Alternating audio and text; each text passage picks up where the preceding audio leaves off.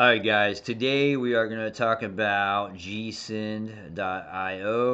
This is a project I've been working on for almost a year. It started off as a series of apps and it kind of collected and built into a whole complete Gcode editor that's more of a CNC programming IDE, and it does a lot more. So this integrates with Fusion 360. It's got tools inside of Fusion 360 you use. You can collect data sets. You could tag features and save it as data sets. And so you could train AI models. It could communicate with the AI. It could do time studies. But let's go ahead and take a look at it. So I have a part like this, right? And so what I'm going to start off. I could open up gcode.io right here. And what I'm going to do is I'm going to post process this. And it's going to, by default, it's going to open up gcode.io. Okay, so we have our code now. And these the code editing functions are pretty good. All right, so let me give you an example. So one thing you could do, you right click right here, we can add in blocks, okay? So I'm gonna go in block, add in block numbers, okay? Not a big deal, okay? If you have in block numbers already in the program, you can remove them. If you have a older Fanuc machine and the programs come back and saved with all the spaces in between the G-code elements and it's hard to read, you can add space in between the G-code elements, make it easier to read. You can select a certain amount of text. Say this whole first operation right here is optional, right? I can right click right here. I can go into block, add block delete. Okay, so I have block deletes all right there. Or I can remove block deletes. Okay, there's a lot of stuff you can do on this. You can simulate code. So I go over here to the simulator. And the cool thing about this simulator, it updates the stock. So you can say the stock size and you can position your origin where you want it. In this case, I want to have a round part with 14 inches, and we'll say the thickness is 0.75, and we're going to use a 1/2 inch end mill. And let's go ahead and run that. We have a DRO, and we show the code being executed in the position. And there it is.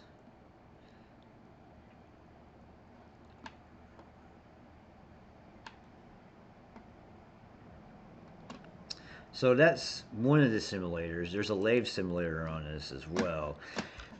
Okay, so let's go over the next feature. It's toolpaths. Okay, so this has a conversational CAM. It is nothing that's going to replace Fusion 360.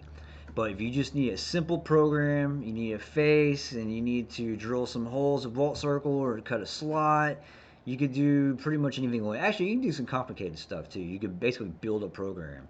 Anyways, I'm gonna click toolpaths, and let's start off with mill face.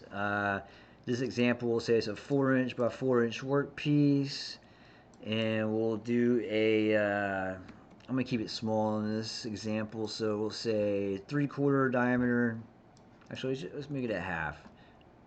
I wouldn't normally use that, but that's what we're gonna go with right here. So my step over is gonna be 0.4, and also a cool thing on this, you can get your settings the way you like it. Then you hit save. Right. But anyways, right here on the bottom left, I'm gonna hit insert to editor, and if you look now, my code is right there at the bottom. Okay.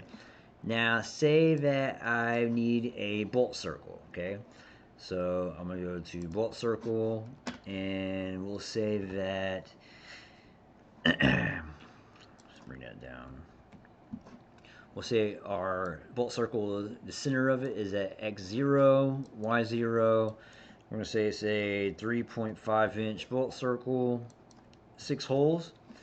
And check this out. So you can also change the start angle in degrees. So if I change this to 30, watch the graph in the bottom left side. So I'm going to change this to 30, and it'll update it and rotate it. Cool. The cool thing is when you change these settings, it updates the G-code in real time, instantly. Let's see. We'll go -1 inch, and let's try that out. You could drill with it. You could peck drill. You could tap. But anyways, I'm gonna hit insert to editor. We'll close this out. Then I go to simulate.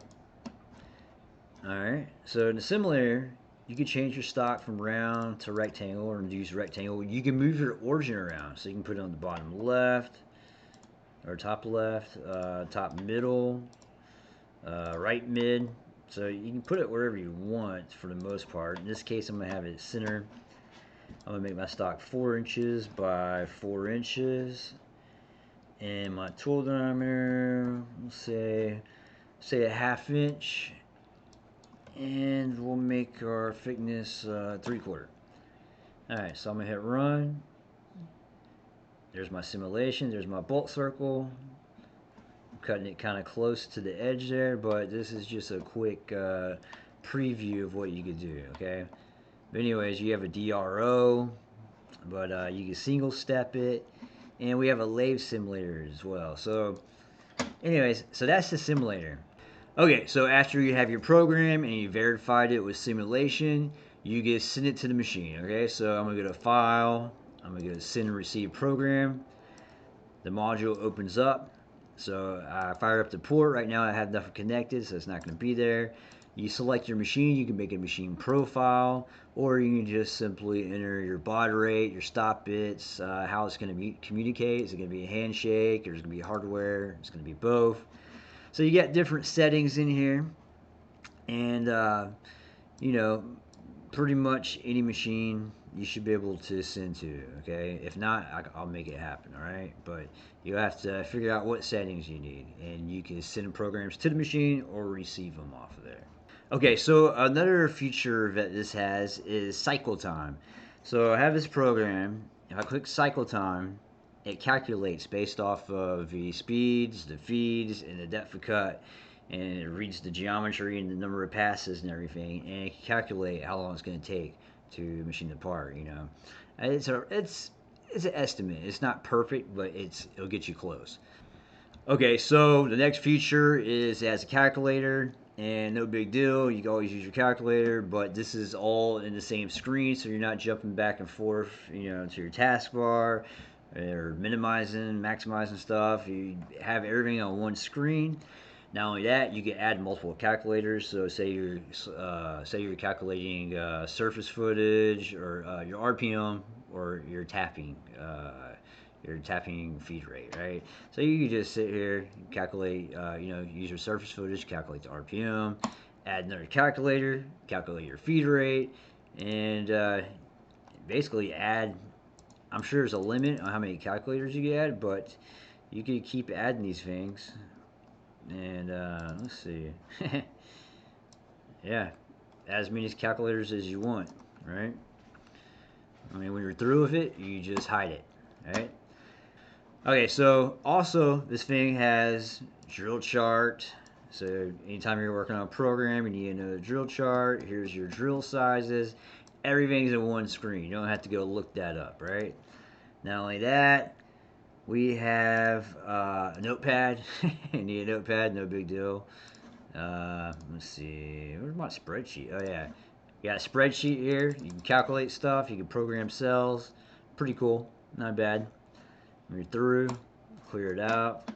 Alright, so another thing Gcode can do is because it's integrated with Fusion 360, one of the things you could do a time study. So say you're working on a part, you want to know how long you're going to work on it, you hit open time study tracker, fires it off, and when you go to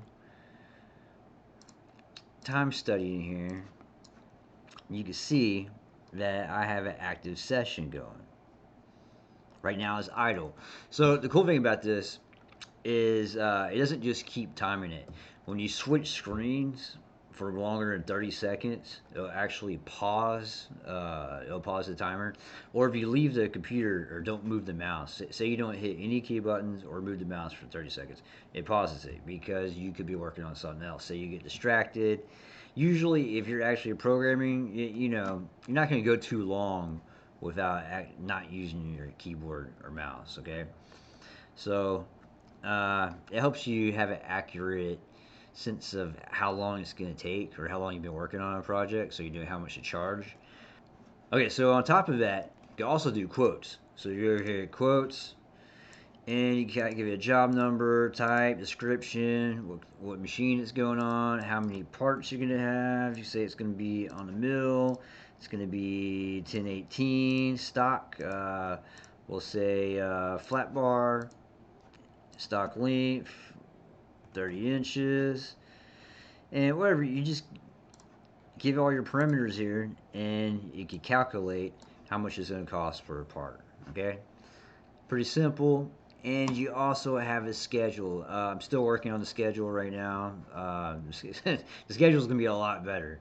But so you calculate your cycle time, import it into the quote or billing. You know how much is actually charged. Okay, put it all in the same setup. Okay, so in addition to everything, we also have AI built into Gcode. All right, and this can be used for a lot of stuff. In addition to the AI being in here, you can also collect data sets and training data and train the AI to do what you want. Say that you want to generate Gcode for you. Well, if it's not outputting the right Gcode, you give it examples and you train it. So here's an example. You know, I might have to go into this more detail. I'm still working out the bugs and stuff in this. But say I go to, I select all the text, and I go to AI. And let's go to AI edit. So this little window pops up. I'm going to say change the speeds and feeds to Incano. I'm going to hit send.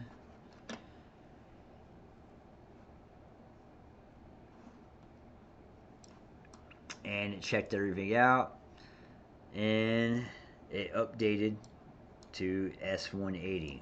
I'll have to check that, see how close we are, but last time I checked it was right on.